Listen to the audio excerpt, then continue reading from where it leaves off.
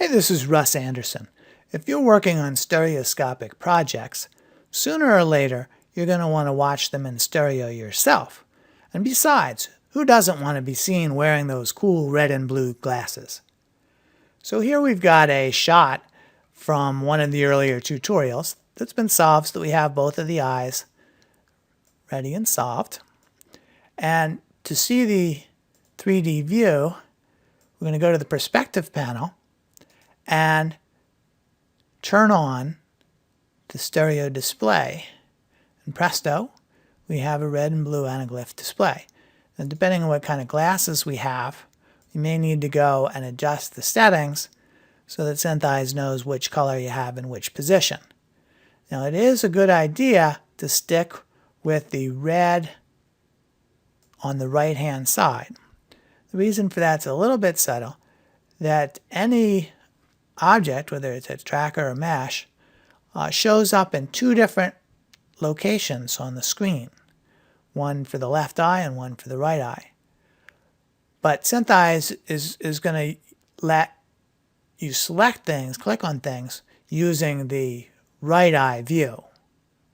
So it's helpful. SynthEyes uses red as a selected color, so it's kind of easiest if you have the red on the right and that's the one that you're clicking on, and so on.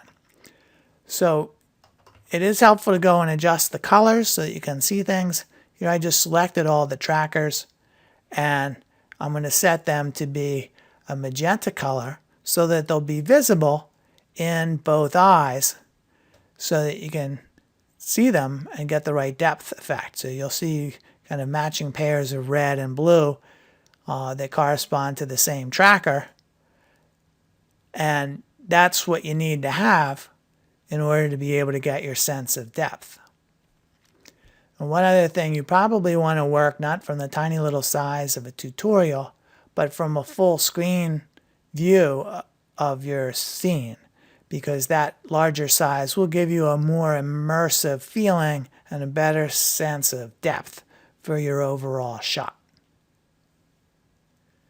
Now, right now I've got this view locked to the cameras that have been solved earlier, but I can also go and unlock, and now I have the ability to go and freely navigate around in the scene to see where things are at.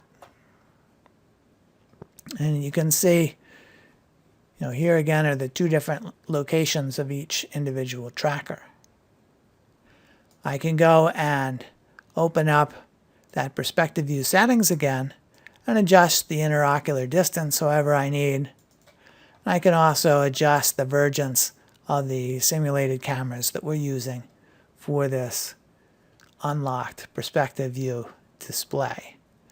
Now the more meshes that you add into this scene, the easier it's going to be to understand what you're looking at.